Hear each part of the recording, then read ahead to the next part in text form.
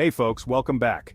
Today we're diving into a massive topic, the $42 trillion US national debt. Who's responsible for this staggering figure?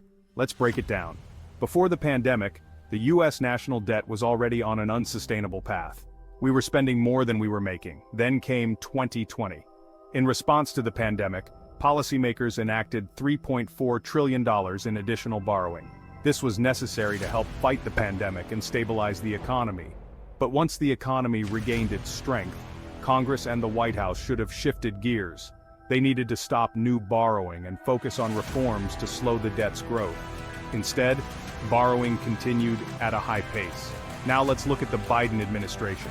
From 2021 to 2031, policies enacted through legislation and executive actions are expected to add more than $4.8 trillion to the deficits. Even if we exclude the American Rescue Plan, that's nearly $2.5 trillion added to our debt. One major factor? Aid to Ukraine.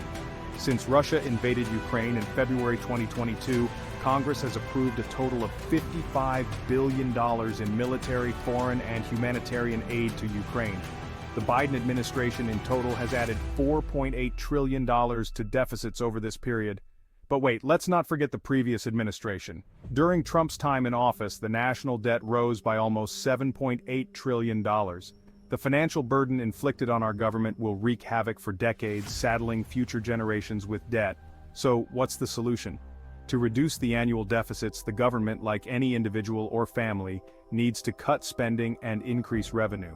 This includes new taxes, a higher retirement age, and removing loopholes from the tax code. All these measures aim to reduce the national debt and improve the government's ability to fund obligations like Social Security and Medicare benefits. The path to a sustainable fiscal course isn't easy. It requires substantial deficit reduction and tough decisions, but it's crucial for our future and the generations to come. Thanks for joining me in this deep dive into the US national debt. If you found this video informative, don't forget to subscribe for more insightful content. See you next time.